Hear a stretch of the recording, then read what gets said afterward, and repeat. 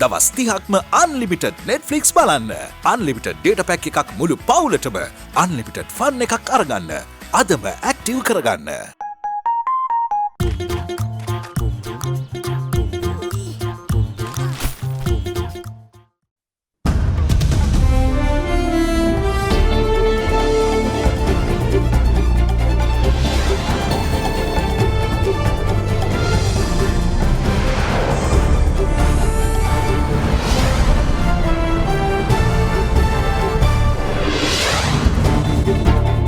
අද 2020 ඔක්තෝබර් 10 සෙනසුරාදා සිරස්තල ජපුර සරසවියෙන් සහ ජාතික රෝහලෙන් කොවිඩ් රෝගීන් හමුවේ. මිනුවන්ගොඩ කොවිඩ් පොකුර 1083ක් දක්වා ඉහළට. පහ ශිෂ්‍යත්ව විභාගයේ සියලු මධ්‍යස්ථාන විෂ බීජහරණය කෙරේ. විභාගයේදී සිසුන්ට සුවිශේෂී සහනයක්. මේ විභාගයේ සහනයක් ලබා දීලා තියෙනවා. ළමන්ගේ මානසික මට්ටමත් වයස මට්ටමත් බලලා. වෙසිවන ආණ්ඩුක්‍රම ව්‍යවස්ථා සංශෝධනයේ ශ්‍රේෂ්ඨාධිකරණ නිගමන කතානායකට වෙසිවනදා පාර්ලිමේන්තුවට ඉදිරිපත් කරන බව කතානායක කියයි. පාස්කු ප්‍රහාරයට පෙර දින පොලිස් හදිසි සැලසුම් ක්‍රියාත්මක කර නැහැ. පූජිත් පාස්කු කොමිසමේදී පිළිගනී. ඇල්කොහොල් අඩංගු හෑන්ඩ් සැනිටයිසර් භාවිත කරන්න.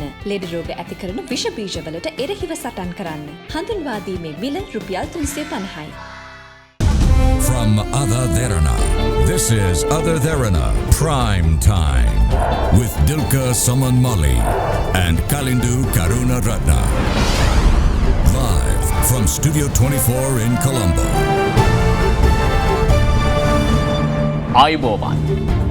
ඔබ අදත් එක්වන්නේ ශ්‍රී ලංකාවේ අංක 1 සහ විශ්වසනීයම පුවත් විකාශය අද දෙරණ 6:55 සමගින්. ජයවර්ධනපුර විශ්වවිද්‍යාලය කොළඹ ජාතික රෝහල සහ දික්කෝවිට දීවර වරායේ කොවිඩ් ආසාදිතයන් සිටින බව අද වාර්තා වුණා. ජපුර සරසවියේ උපකුලපතිවරයා පවසන්නේ සිසුවියකට කොවිඩ් වැළඳී ඇති බවට තහවුරු වීමෙන් පසු කළමනාකරණ පීඨයේ දැනට නේවාසිකාගාරවල සිටින සිසුන්ට එම ස්ථානවලින් බැහැර නොයන ලෙසට උපදෙස් දුන් බවයි. ඒ අතර අද වන විට හඳුනාගෙන ඇති මිනුවන්ගොඩ කොවිඩ් පොකුරේ සමස්ත ආසාදිතයින් ගණන 1083ක්. මිනුවන්ගොඩ කොවිඩ් පොකුරට සම්බන්ධ ආසාදිතයන් ගණන අද වන විට 1083ක් දක්වා ඉහළ ගොස් තිබෙනවා. ඉන් අවසන් ආසාදිතයන් 14 දෙනා වාර්තා වුණේ ඊයේ රාත්‍රියේදී. ඒ අතරින් අයෙකු මිනුවන්ගොඩ ඇඟලුම් ආයතනයේ කාර්ය මණ්ඩල සමාජිකයෙකු වන අතර සෙසු ආසාදිතයන් 13 දෙනා මුල් ආසාදිතයන්ගේ ආශ්‍රිතයන් බව රජයේ ප්‍රවෘත්ති දෙපාර්තමේන්තුව නිවේදනය කළා. අපි සියලුම පළවෙනි ආශ්‍රිතයන් සහ සැක කරන තවමත් කොවිඩ් ආසාදිත නොවුනත් කොවිඩ් ආසාදිත විය හැකි අයවලුන් අපි මේ වෙනකොටත් ලයිස්තුගත කරලා අපි බොහොම සුපිරික්ෂාකාරව ඔවුන්ට මේක වැළඳෙයිද කියලා බලාගෙන ඉන්නවා ඔවුන් ආශ්‍රය කරපු ක්‍රමවේදයන් වලට අනුව. ඊටත් වැඩිය වැදගත් වෙන්නේ මේ දෙවනි ආශ්‍රිතයන් සහ තෙවනි ආශ්‍රිතයන්. මොකද සමහර විට දෙවනි ආශ්‍රිතයා තුන්වෙනි ආශ්‍රිතයා වෙද්දී ඒකට දන්නේත් නැතුව ඇති මෙහෙම එක්කෙනෙක් සම්බන්ධ වුණා කියලා. අපිට හොඳ දැනුමක් තිබෙනවා. සමහර අයවලුන්ට අපි මේ අවස්ථාවේදී දැනුම් දීලා තිබෙනවා. ඔබ යම්කිසි ආකාරයෙන් ආසාදිත වීමට හැකියාවක් තිබෙනවා. ඒකින්ද හොඳට සුපරීක්ෂාකාරව සිටින්න, ඔබ නිරෝධායන වෙලා සිටින්න කියන කතාව ඔවුන්ගෙන් ඇහුවම ඔවුන් කියන්නේ මම කොහෙන් ආවද දන්නේ නැහැ. අපි නම් කිසිම ආකාරයක සම්බන්ධ වුන්නේ නැහැ කියලා. නමුත් අපිට සොයාගෙන ගියාම තේරෙනවා ඔවුන් දෙවෙනි හෝ තෙවෙනි ආශ්‍රිතයෙක් හැටියටයි අපගේ ක්‍රමවේදයේ අපිට හඳුන්වන්න පුළුවන්. මෙතෙක් හමුුණ හැම එක්කෙනාටම යම්කිසි ආශ්‍රිතභාවයක් තිබිච්ච බවට අපිට මේ වෙනකොට තහවුරු වෙලා තිබෙනවා. මෙතර පානදුර මූලික රෝහලේ දැඩි සත්කාරයකගේ අද පෙරවරුවේ පැය කිහිපයකට తాවකාලිකව වසා දැමීමට රෝහල් බලධාරීන්ට සිදු වුණා. ඒ ඉක්ුත් 4 වෙනිදා එම රෝහලට ඇතුළත් කළ එම දැඩි සත්කාරයකගේම සේවය කළ හෙද්දියකගේ දියණියට COVID-19 වෛරසය ආසාදනය වී ඇතැයි තහවුරු වීම හේතුවෙන් රෝහල් වෛද්‍ය අධිකාරිවරයා සඳහන් කළේ ඇගේ මවද ඇතුළුව දැඩි සත්කාරයකගේ කාර්ය මණ්ඩලය වෛද්‍යවරුන් සහ රෝගීන් ඇතුළු 15 දෙනෙකු රෝහල තුළම නිරෝධායනයට ලක් කර PCR පරීක්ෂණ සිදු කළ බවයි. දැඩි සත්කාර ඒකකයේ වැඩ කටයුතු දැන් යථා තත්ත්වයට පත් වෙලා තියෙනවා. ප්‍රතිකාර කටයුතු අපි සාමාන්‍ය විදිහට කරගෙන යනවා. කිසිම බයක් ඇති කරගත යුතු නැහැ කිසිම කෙනෙක්. සියලුම සේවක මහතුන් සහ රෝගීන්ගේ PCR පරීක්ෂණ කරා වාද පරීක්ෂණ සඳහා අදාළ ස්ථානවලට යොමු කරා. ආසාදිත සිසුවිය ජයවර්ධනපුර විශ්වවිද්‍යාලයේ කළමනාකරණ පීඨයේ අධ්‍යාපනය ලබන තෙවන වසර ශිෂ්‍යාවක්. ගංගොඩවිල ප්‍රදේශයේ පෞද්ගලික නවාතැනක මෙම සරසවි සිසුවිය රැඳී සිටි තිබුණා. ඇය සමග තවත් සිසුවියන් දෙදෙනෙකු එහි සිටි තිබෙන අතර ඉන් එක් සිසුවියකගේ පුංචි අම්මා සේවය කර තිබුණේ මිනුවන්ගොඩ ඇඟලුම් ආයතනයේ. ඒ සම්බන්ධයෙන් දැනගත් වහාම පානදුර රෝහලින් PCR පරීක්ෂණයක් සිදු කර ගැනීමට කටයුතු කළ බවයි ආසාදිත සිසුවියගේ සහෝදරිය සඳහන් කළේ. නංගි මැනේජ්මන්ට් ෆැකල්ටි දැන් තර්ඩ් එකේ ඉන්නේ. මෙයා දෙවෙනිදා එනවා ගෙදර. ඇවිල්ලා ඉරිද තමයි දැනගන්නේ ගම්පහ මෙහෙම කොරෝනා තියෙනවා කියලා. දැන් අහරුවත් තමයි. එයාගේ පුංචිට පොසිටිව් කියලා කිව්වා. යාළුවා. මේ පුංචිට පොසිටිව් වුණාට පස්සේ ඉතින් දැන් අපිට සැකයිනේ. එයාගේ යාළුවට ඒ වෙනකම් කරලා තිබ්බ නැහැ ඩීසීලා. ඒ ඉතින් දැන් අම්මා හොස්පිටල් එකේ සිම්ටම්ස් නුත් තිබ්බේ නැහැ. අඳුරෙන් PCR කරා. කරාට පස්සේ දැන් පොසිටිව් කියලා ආවේ. ආසාදිත සිසුවිය අන්ගොඩ ජාතික බවන රෝග විද්‍යායතනය දෙමු කෙරෙනු අතර පානදුර හිරණ ප්‍රදේශයේ පිහිටි ඇගේ නිවසේ සිටින සෙසු සමාජිකයන්ගේ PCR පරීක්ෂණ සහ නිරෝධායන කටයුතු අද සිදු කෙරුණා.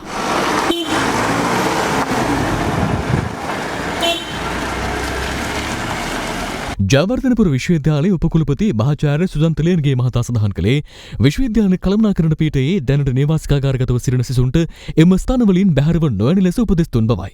ඒ අනුව ඇයගේ මිතුරියන් දෙදෙනෙක්ගෙන් එක් අය දියණියක් අපි අද දින කළුබෝවිල රෝහලේ PCR පරීක්ෂණ සඳහා යොමු කරලා තියෙනවා. නමුත් අනිත් දියණිය ගම්පහ ප්‍රදේශයේ පදිංචි ශිෂ්‍යාවක් ඇය දැනට නිවෙස් බලා ගිහිල්ලා තියෙන නිසා ඒ නිසා අපි ඉල්ලීමක් කරා ඇයගේ PCR වාර්තාව හැකි ඉක්මනට අපිට ලබා දෙන්න කියලා. මේ දියණිය පසුගිය 5 වෙනිදා සහ 6 වෙනිදා තීරණ විද්‍යා අධ්‍යනාංශයේ සහ කළමනාකරණ පීඨයේ ඇසෙස්මන්ට් ටෙස්ට් දෙකකට සහභාගී වෙලා තියෙනවා. ඒ අනුව අපි ඇයගේ සමීපතම ආශ්‍රිතයන් විදිහට 53 දෙනෙක් හඳුනාගෙන තියෙනවා. ඊට අමතරව මේ ශිෂ්‍යාව විසින් ඉතා ළඟින් ඇසුරු කරන තවත් ශිෂ්‍යාවන් තිදෙනෙකුත් අපි හඳුනාගෙන තියෙනවා. ඉතින් මේ සියලු දෙනාගේම PCR පරීක්ෂණ සිදු කිරීම සඳහා යම් ක්‍රමවේදයක් අපි මේ වෙනකොට සකස් කරලා තියෙනවා. ඒත් එක්කම මේ ශිෂ්‍යාවට මිතුරන් සිටිය හැකි කළමනාකරණ පීඨය තුල ඒත් එක්කම මේ අපේ නේවාසිකාගාරවල දැනට කළමනාකරණ පීඨයේ ප්‍රධාන වශයෙන්ම රැඳී සිටින්නේ පිරිමි ශිෂ්‍යයන් ඉතාම සුළු ප්‍රමාණයක්. එය ආසන්න වශයෙන් ශිෂ්‍යයන් 20ක් විතර වගේ ප්‍රමාණයක් අපි මේ කළමනාකරණ පීඨයේ නේවාසිකාගාරය තුල සිටින ශිෂ්‍යයන්ව නිරෝධායනයට අපි යටත් කරලා තියෙනවා. අපි මේ අවස්ථාවේ විශේෂයෙන්ම ඉල්ලීමක් කරන්න කැමති තීරණ විද්‍යා අධ්‍යනාංශයේ 3 වන වසර ශිෂ්‍යාවන්ගෙන් ඔබ දැන් මේ වෙනකොට නිවෙස් වලට ගිහිල්ලා සිටිනම් සංචාරණ ක්‍රියාවලිය සීමා කරලා ඔබේ නිවස තුළම සිටින්න.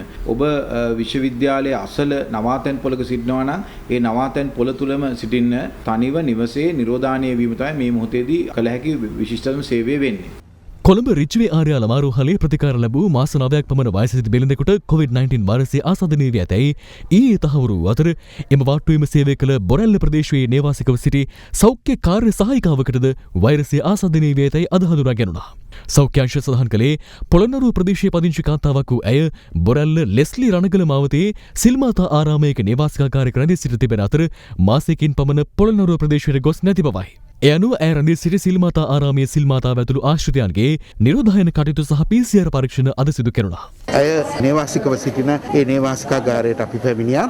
මෙහි තවත් ඇය සමග 5 දෙනෙක් කාන්තාවන් සිටින විවිධ ස්ථානවල රැකියා කරන ඔවුන්ව නිරෝධායනයට ලක් කරලා තියෙනවා. ඒ වගේම ඔවුන් විසින් කෑම සපයා ගන්නා ලද බත් කඩය, ඒ වගේම එළවලු ගන්නා ලද එළවලු කඩය සහ අවට නිවාසවල අයගේ PCR පරීක්ෂණ මේ වන විට සිදු කරමින් පවතිනවා.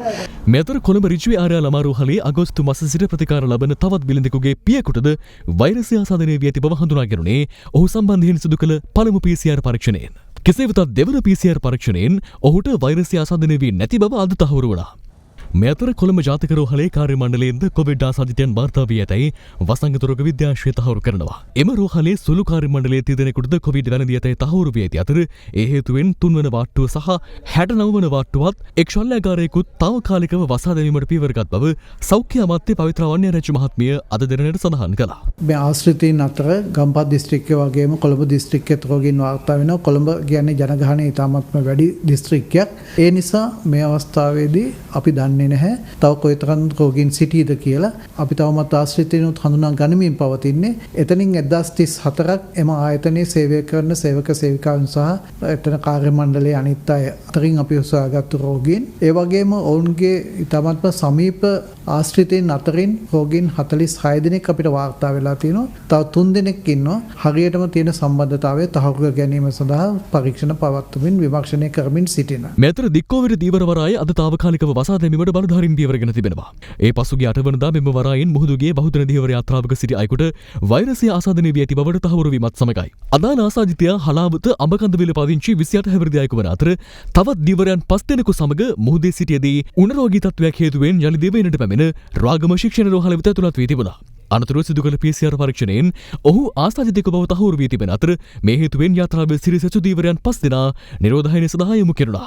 සෞඛ්‍ය අංශය සඳහන් කළේ මීට පෙරත් හලාවත අඹකඳවිල ප්‍රදේශයෙන් ආසාදිතයෙකු හඳුනා ගැනුණු අතර මෙම නව ආසාදිතයා මුල් ආසාදිතයා සමග නුවරඑළිය ප්‍රදේශයේ විනෝද චාරිකාවක් සඳහා ගොස් ඇති බව අනාවරණ වී ඇති බවයි. අඹකඳවිල ප්‍රදේශයේ පළමු ආසාදිතයා සමග ළඟින්ම ඇසුරක් තිබුණු පුද්ගලයෙක් දෙවනි ආසාදිතයා විදිහට වාර්තා වෙනවා. ඔහු දීවරයා මූදේ ඉඳිද්දි තමයි යම් රෝග ලක්ෂණ පහළ වීම නිසා දික්කෝවිට වරායට ඇවිල්ලා එතනින් PCR පරීක්ෂණ කරලා මේ වෙද්දි තහවුරු වෙලා තියෙන රෝගියෙක් කියලා. හලාවත අඹකඳවිල ප්‍රදේශයේ රෝගියා සහ ඔහුගේ ආශ්‍රිතයින් සහ ඔහු සමග ගනුදෙනු කරපු පුද්ගලයන් අපි මේ වෙද්දි සාර්ථකව අඳුනගෙන තියෙන නිසා තවදුරටත් ඉදිරියට පැතිර යාමේ අවදානමක් අපිට පේන්නේ නැහැ. ඒ නිසා සංචරණ සීමා පැනවීමේ අවශ්‍යතාවයක් මේ වෙනකොට ඇති වෙලා නැහැ. වසංගත රෝග විද්‍යාංශයේ දත්තවලට අනුව මෙරටින් මෙතෙක් හඳුනාගත් සමස්ත COVID-19 ආසාදිතයන් ගණන 4524ක්. ඒ අතරින් 1083 දෙනෙකුම වාර්තා වුණේ මිනුවන්ගොඩ කොවිඩ් පොකුරෙන්. එය මීට පෙර මෙරටින් වාර්තා වූ නාවික කොවිඩ් පොකුරත් අභිබවා යාමක් වනවා. කන්දකාඩු කොවිඩ් පොකුරෙන්ද වාර්තා වූ ආසාදිතයන් ගණන 651ක්. මේ අතර ගම්පහ දිස්ත්‍රික්කයේ පොලිස් වසම් 18ක් ආශ්‍රිතව තවදුරටත් නිරෝධායන අධින නීතිය ක්‍රියාත්මකයි. අදත් පෙරවරු 8 සිට රාත්‍රී 8 දක්වා එම ප්‍රදේශවල ජනතාවට අවශ්‍ය ආහාර ද්‍රව්‍ය සහ ඖෂධ මිලදී ගැනීම සහ එක් නිවසකින් එක් අයෙකුට වෙළඳසැලවට යාමට ඉදිරි ප්‍රස්තාව හිමි වුණා. මේ වන විට ඇදිරි නීතිය කඩ කළ පුද්ගලයන් 100කට ආසන්න සංඛ්‍යාවක් අත්අඩංගුවට ගෙන තිබෙනවා. ඒ වගේම වාහන 27ක් පමණ පොලිස් භාරයට ගෙන තිබෙනවා. ඊට අමතරව නැවත හෙට උදෑසන 8 සිට රාත්‍රී 8 දක්වා වෙළඳසැල් විවෘත කරන්න පුළුවන් ආහාර සපයන ඒ වගේම ඖෂධ සපයන වෙළඳසැල් ඔබ යා යුත්තේ ළඟම වෙළඳසැලට.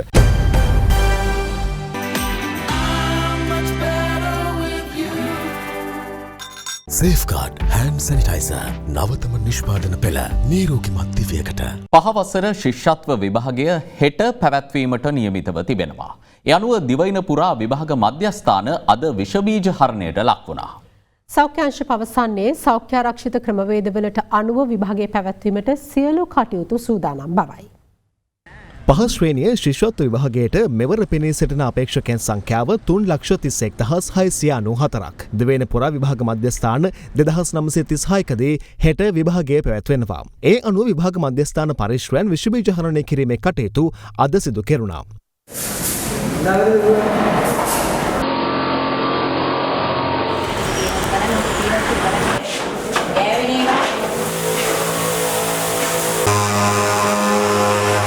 COVID-19 අවදානම හමුවේ නිරෝධායන ඇඳුම් නීතිය ක්‍රියාත්මක පොලිස් බල ප්‍රදේශවල පාසල් 12ක් අතිරේක විභාග මධ්‍යස්ථාන ලෙස නම් කර තිබෙනවා. එම ස්ථානවලද විෂබීජ හරණය අද සිදු කෙරුණා.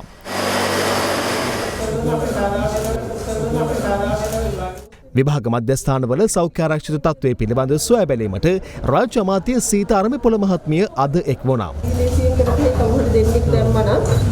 එමෙන්ම අධ්‍යාපන අමාත්‍ය මහාචාර්ය ජී.එල්. පීරිස් මහතාද අද කොළඹ ප්‍රදේශයේ විභාග මධ්‍යස්ථාන නිරීක්ෂණය කළා. මීටර් 1.5ක් දුරස්තව තමයි මේ හැම කාමරයකම හා අනෙක හැම කාමරයක උපරිමයේ ළමයි 20යි. ඊට වඩා නැහැ. ළමයාගේ සෞඛ්‍යය ගැන උපරිම පියවර අරන් තමයි මේ විභාගය පැවැත්වෙන්නේ. විභාග කොමසාරිස් ජෙනරාල් වරයා පැවසුවේ මෙවර විභාගයේදී දරුවන්ට සුවිශේෂී සහනයක් ලබා දී ඇති බවයි. කලින් අපි ප්‍රශ්න 40යි විනාඩි 45යි ලබා දුන්නේ පළවෙනි පත්‍රය සඳහා. දැන් එය පැය දක්වා වැඩි කර තිබෙනවා. දෙවෙනි පත්‍රය සඳහා එවැනි සහනයක් ලබා දීලා තියෙනවා. ළමන්ගේ මානසික මට්ටමත් වයස මට්ටමත් බලලා බහුවර්ණ ප්‍රශ්න 30ක් තිබෙනවා. වර්ණ වෙනදට තිබුණේ වර්ණ 4යි. ඒ වර්ණ 4 3 දක්වා අඩු කර තිබෙනවා. ඒකම විභාග මධ්‍යස්ථානයේට පෙරවරු 8:30 වෙනකොට පැමිණිය යුතු වෙනවා. විභාගයේ ආරම්භ කිරීමට නියමිත වන්නේ පෙරවරු 9:30ට. නිරෝධායන මධ්‍යස්ථානවල සිටින සිසුන්ටද විභාගයට පෙනී සිටීමට අවස්ථාව සලසා දී තිබෙනවා. ඒ අයට විශේෂිත වූ විභාග මධ්‍යස්ථාන පිටුවා තියෙනවා. ඒත් එක්කම මහරගම අපේක්ෂා රෝහලටත් එතන සිසුන් 2 දෙනෙක් ඉන්නවා. අපි අවස්ථාව ලබා දී තියෙනවා. ඒත් එක්කම IDH රෝහලේ සිසුන් 5 දෙනෙකුටත් අපි මේ අවස්ථාව ලබා දීලා තියෙනවා. පවතින කොවිඩ් තත්ත්වයේ හමුවේ විභාග මධ්‍යස්ථාන වෙත පැමිණීමේදී සෞඛ්‍ය උපදෙස් පිළිපදින්නයි සෞඛ්‍ය අංශ ඉල්ලා සිටිනවා. හොඳට අත් දෙක සෝදලා මුඛාවරණයක් පැළඳගෙන එන්න දුරස්ථභාවය පවත්වාගෙන යන්න. මේ විභාගය ලියන අවස්ථාවේදී දරුවන්ට අපහසුයක් තියෙනවා නම් මුඛාවරණය ගලවලා විභාගයට ලිව්වට කිසිම ගැටලුවක් වෙන්නේ නැහැ. නමුත් විභාගය ලියලා ඉවරලා නැවතත් ගෙදර යනකොට මුඛාවරණය පැළඳගෙන යන්න ඕන. ඒ වගේම යන්නේ ඉස්සෙල්ලා අත් දෙක සබන් දාලා හොදගෙනත් පාසලෙන් පිටත් වෙන්න කටයුතු කරන්න ඕන. සෞඛ්‍ය ආරක්ෂිත ක්‍රමවේදයන්ට යටත්ව විභාගය පැවැත්වීම පිළිබඳව දෙමව්පියන් දක්වන්නේ මෙවැනි අදහසක්. නිරෝධායන නීතියට අනුකූලව ශිෂ්‍යත්ව විභාගයේ තියන්න ආණ්ඩුවට ගත්ත පියවර ඇත්තටම කාලෝචිතයි කියන එක තමයි කියන්න තියෙන්නේ. කාල දැම්මනම් ළමයින්ටත් ඒක ගොඩක් අපහසුතාවයට පත් වෙනවා ළමයි.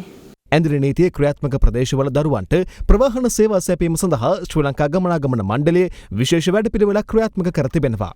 සාමාන්‍ය පරිදි ග්‍රාමීය මාර්ගවලත් බස් රථ ධාවනය කරනවා. හැබැයි ඒ බස් රථ කිසිම කෙනෙක් අයුරකින් විභාග ශාලාවන් වෙත යන දරුවන් සහ දෙමව්පියන් හැර වෙනත් කිසි කෙනෙකුට බස් රථවල ගෙනියන්නේ නැහැ. ඒ වගේම මේ බස් රථ ධාවනය කරන්නේ ඇඳිරි නීතිය පවතින ප්‍රදේශවල විභාග කාල සීමාව තුළදී පමණයි. එමෙන්ම ඇඳිරි නීතිය ක්‍රියාත්මක ප්‍රදේශවල විභාග මධ්‍යස්ථාන සඳහා පැමිණෙන සිසුන්ගේ විභාග ප්‍රවේශ පත්‍රය ඇඳිරි නීති බලපත්‍රය ලෙස හෙට දිනේදී භාවිත කළ හැකියි.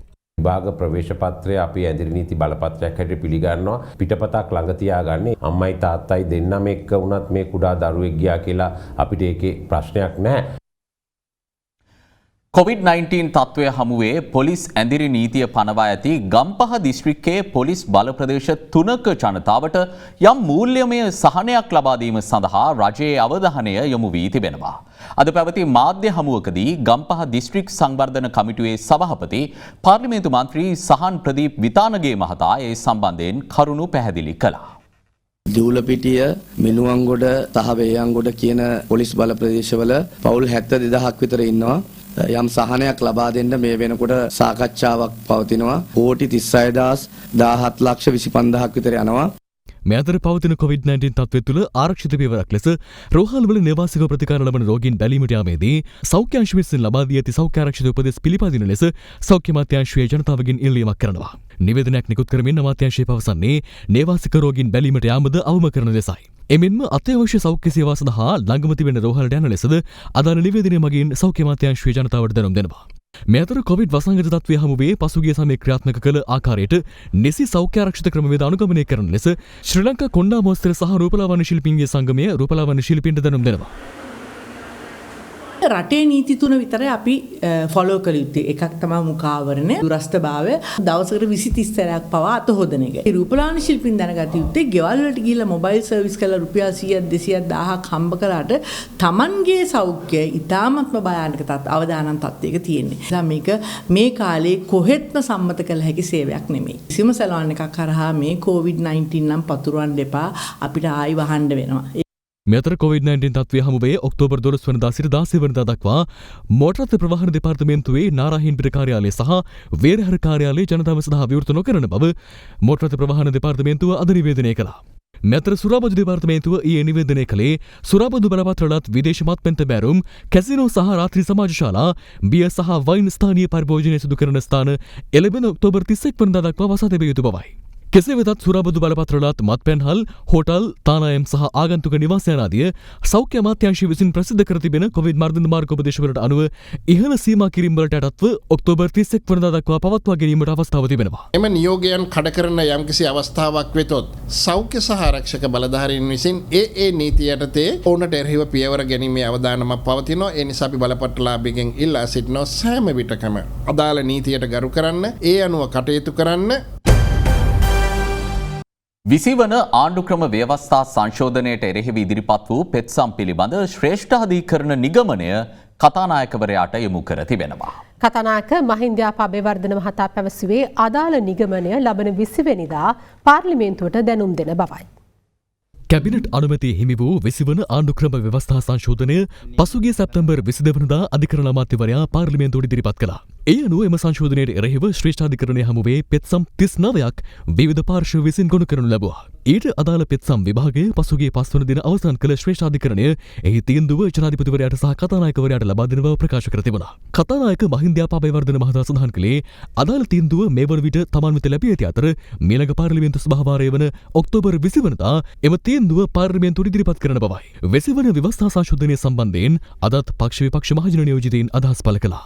අතිගරු ජනාධිපතිතුමාට ජන වරමක් තියෙනවා 69 ලක්ෂයක. හැබැයි එතුමාගෙන් ඔබට ගිය වෙනත් ජනාධිපතිවරයෙක් 2020යි 25 එහෙම නැත්නම් 2020යි 30 යම් ආකාරයේ ජනාධිපතිවරයෙක් බිහි වුණොත් විධායක බලතල කොයි ආකාරයෙන් භාවිතා කරයිද කියන එක පිළිබඳව දෙගඩියාවක් ඕනම පුද්ගලයෙකුට ඇති වෙන්නට පුළුවන්. සමහර අය කියනවා ගෝඨාභය ජනාධිපතිතුමා ඉන්නකම් හොඳයි කියලා. මේ රටේ පිස්සන්ට ඡන්දෙ දෙන්නේ නැහැ මිනිස්සු. මහින්ද රාජපක්ෂ වාගේ ගෝඨාභය රාජපක්ෂ වාගේ වැඩ කරන්න පුළුවන් හොඳ මේ රට පිළිබඳ අවබෝධයක් සහ රට ගැන ලොකු හැඟීමක් තියෙන නායකයන්ට තමයි මේ රටේ මිනිස්සු ඡන්දෙ දෙන්නේ. රටේ ජනතාව වෙන අය තෝරන්නේ. පිස්සන් කොටුව අය තෝරන්නේ. සමග ජන බලවේගය නම් අපි කෙලින්ම 20 වෙනි සංශෝධනයට විරුද්ධයි කියන එක ප්‍රකාශ කළා. අපි ඒක ප්‍රතික්ෂේප කරනවා කියලා කිව්වා. දැන් අපිට පේනවා ආණ්ඩුව ඇතුලේ ඉන්න විජේදාස රාජපක්ෂ මහතාගේ ලිපිය, ඒ වගේම විමල් වීරවංශ මහතාගේ ලිපිය මම දැක්කා තවත් මැති ඇමතුරු ගණනාවක් මේ පිළිබඳ අදහස් දක්වලා තිබුණා. දැන් විමල් වීරවංශ මහතා සහ විජේදාස මහතාගේ ලිපි දෙකෙන් පෙන්වලා දෙන කාරණා දිහා බලපුවම අපි කියන කාරණා සම්බන්ධයෙන් එකඟතාවයක් තිබෙනවා. මොකක්ද? ඒක තමයි 20 වෙනි සංශෝධනයේ ගෙන එන්නේ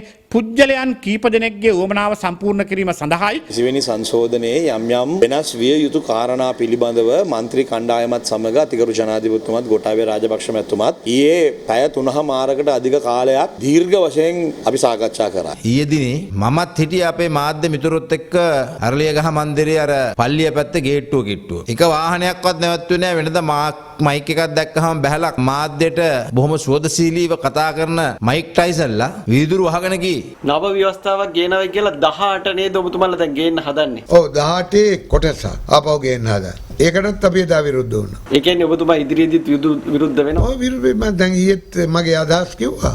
මගේ අදහස මොකක්ද කියලා මේ වගේ.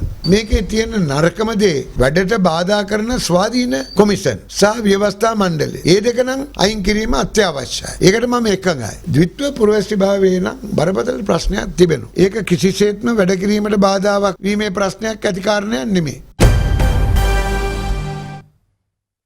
පාස්කු ප්‍රහාරයට පෙර දින ප්‍රහාරයක් පිළිබඳ දැනුවත් වුවත් පොලිසිය සතු හදිසි අවස්ථාවලදී ක්‍රියාත්මක කළ හැකි සැලසුම් ක්‍රියාත්මක කිරීමට තමන් කටයුතු නොකළ බව හිටපු පොලිස්පති පූජිත් ජයසුන්දර මහතා අද පිළිගත්තා. ජනාධිපති කොමිසම හමුවේ අද 11 වන දිනටත් සාක්ෂි ලබා දෙමින් හිටපු පොලිස්පතිවරයා සඳහන් කළේ සෑම තොරතුරක් පිළිබඳවම රටේ ප්‍රධානියා දැනුවත් කරන රාජ්‍ය බුද්ධි සේවයේ හිටපු අධ්‍යක්ෂ නිලන්ත ජයවර්ධන මහතා මෙම තොරතුර පමණක් දැනුවත් නොකළ බවට තමන් පිළි නොගන්නා බවයි. පාස්කු ඉරුදින ත්‍රස්ත ප්‍රහාරය එල්ලවන අවස්ථාවේ මෙරට පොලිස්පතිවරයා ලෙස කටයුතු කළ හිටපු පොලිස්පති පූජිත් ජයසුන්දර මහතා අද 11 වන දිනටත් ජනාධිපති කොමිසම හමුවේ සාක්ෂි ලබා දුන්නා. එෙහිදී රාජ්‍ය අතිරේක සොලිසිටර් ජනරාල්වරිය විමසා සිටියේ රාජ්‍ය බුද්ධි සේවය සහ යුද හමුදා බුද්ධ්‍යාංශ අන්තවාදී සහ සහරාන් හෂීම්ගේ ක්‍රියාකාරකම් පිළිබඳ දිගින් දිගටම එකම දේ දැනුවත් කර තිබියදීත් නිද්‍රෝපගතව සිටියේ මන්දයන්නයි. ඊට පිළිතුරු දෙමින් පූජිත් ජයසුන්දර මහතා කියා සිටියේ තමන් නිද්‍රෝපගතව සිටිය අයයි කරන චෝදනාව ප්‍රතික්ෂේප කරන බවයි. ඒ පිළිබඳ වැඩිදුර කරුණු පැහැදිලි කරමින් ඔහු කියා සිටියේ මට ජාතික ආරක්ෂක කවුන්සිලේ තහනම් කරලා තිබුණේ. කපිල වෛද්‍යරත්න මහත්තයාගෙන් වෙනත් නිලධාරියෙක් එවන්න දහපුවමත් අවශ්‍ය වුණොත් කියන්නම් කිව්වා. දේශපාලන පරිසරය, රාජ්‍ය ප්‍රතිපත්ති, ආණ්ඩුව තුළම වූ ගැටීම් මේ සිදුවීමට ප්‍රබලව බලපෑවා. මෙහිදී රාජ්‍ය අතිරේක සොලිසිටර් ජනරාල්වරිය විමසා සිටියේ හදිසි අවස්ථාවක ක්‍රියාත්මක කිරීමට ශ්‍රී ලංකා පොලිසිය සතුව හදිසි ආරක්ෂක සැලැස්මක් තිබුණේද යන්නයි.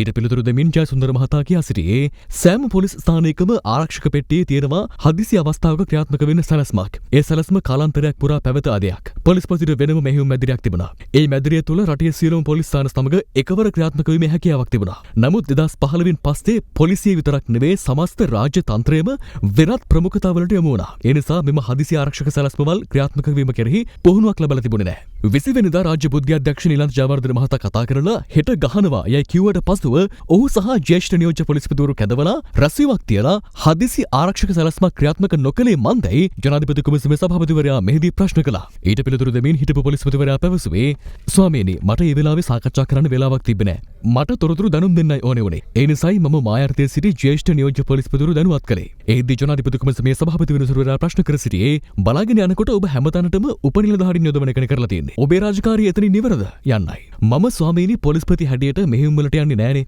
මම කොහේ හරි ඉඳලා මෙහෙයුම් මෙහෙවන එකයි කරන්නේ. යයි හිටපු පොලිස්පතිවරයා පිළිතුරු දුන්නා. මෙහිදී රාජ්‍ය අතිරේක සොලිසිටර් ජනරාල්වරිය විමසා සිටියේ ඔබ ක්‍රියා කළේ රටේ නීති හා සාමය දෙපාර්තමේන්තුව භාර ප්‍රධානියා ලෙසද නැත්නම් පණිවිඩකරුවෙක් ලෙසද යන්නයි.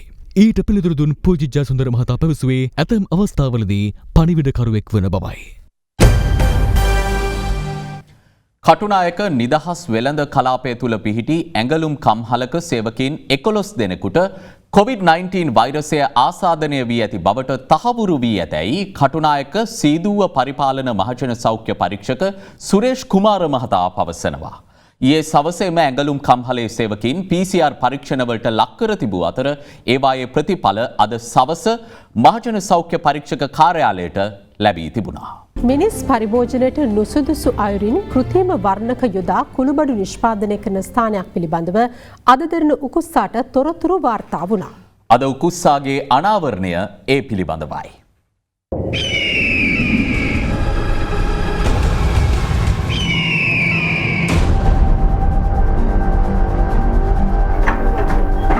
අද දෙරෙන උකුස්සා කෑගල්ල දිසා විෂ මද්‍රව්‍ය ඒකකයේ නිලධාරීන් හා මාවනැල්ල මහජන සෞඛ්‍ය පරීක්ෂකවරුන් සමග මේ යන්නේ මිනිස් පරිභෝජනයට නුසුදුසු අමුද්‍රව්‍ය භාවිතා කරමින් පවත්වාගෙන යන කෘත්‍රිම කුළුබඩු නිෂ්පාදනාගාරයක් වැටලීමටයි.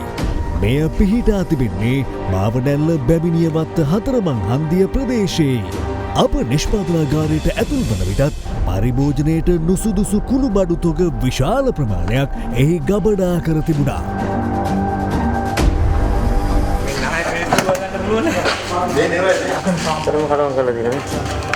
මේ කහ මිරිස් තුනපහ සහ ගම් මිරිස් ප්‍රමුඛ පෙළේ වෙළඳ සන්නාම යටතේ වෙළඳ පොළට නිකුත් කිරීමට සූදානම් කර ඇත්තේ මිනිස් සිරුරට අහිතකර වර්ණක සහ පණු කැදලි සහිත කල්ලිකුත්තු සහල්ද යොදා ගනිමින්.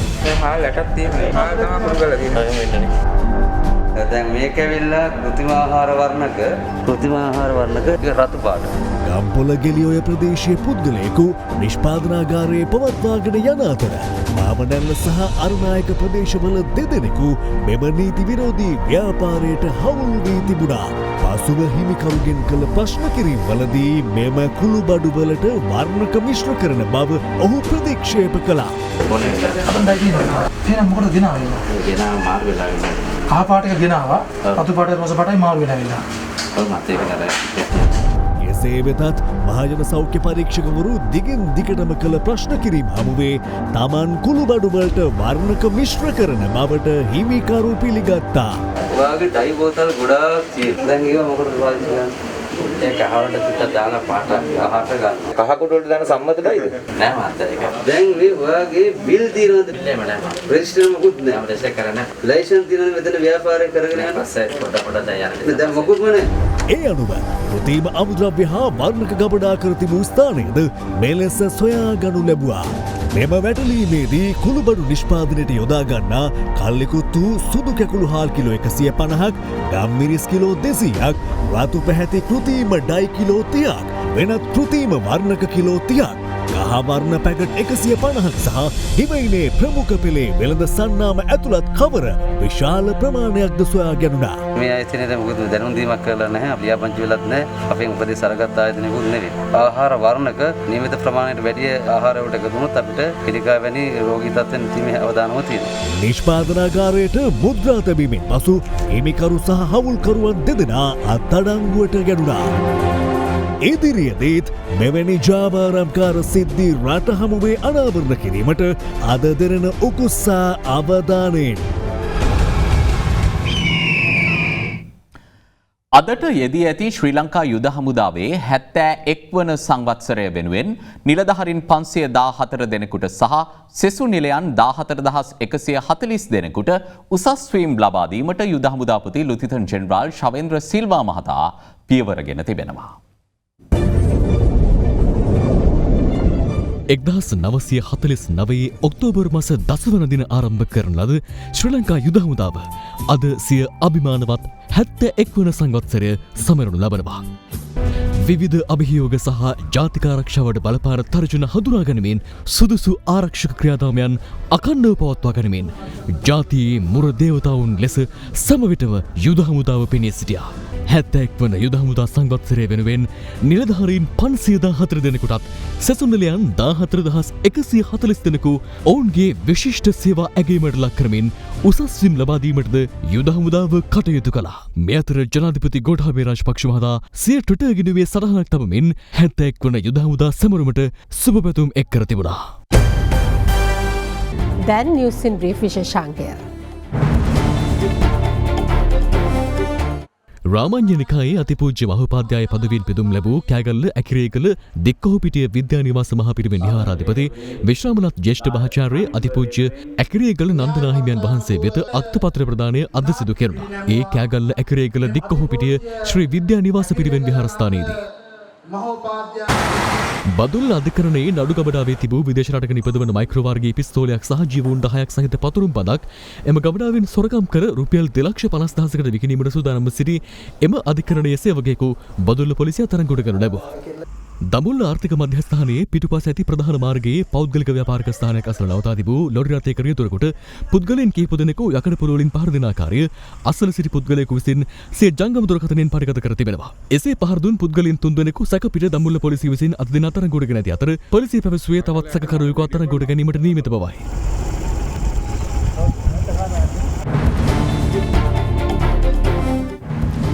එසමගින් අපගේ ප්‍රධාන පුවත් විකාශය නිමාවට පත් වෙනවා. සුවදායි රාත්‍රියක්.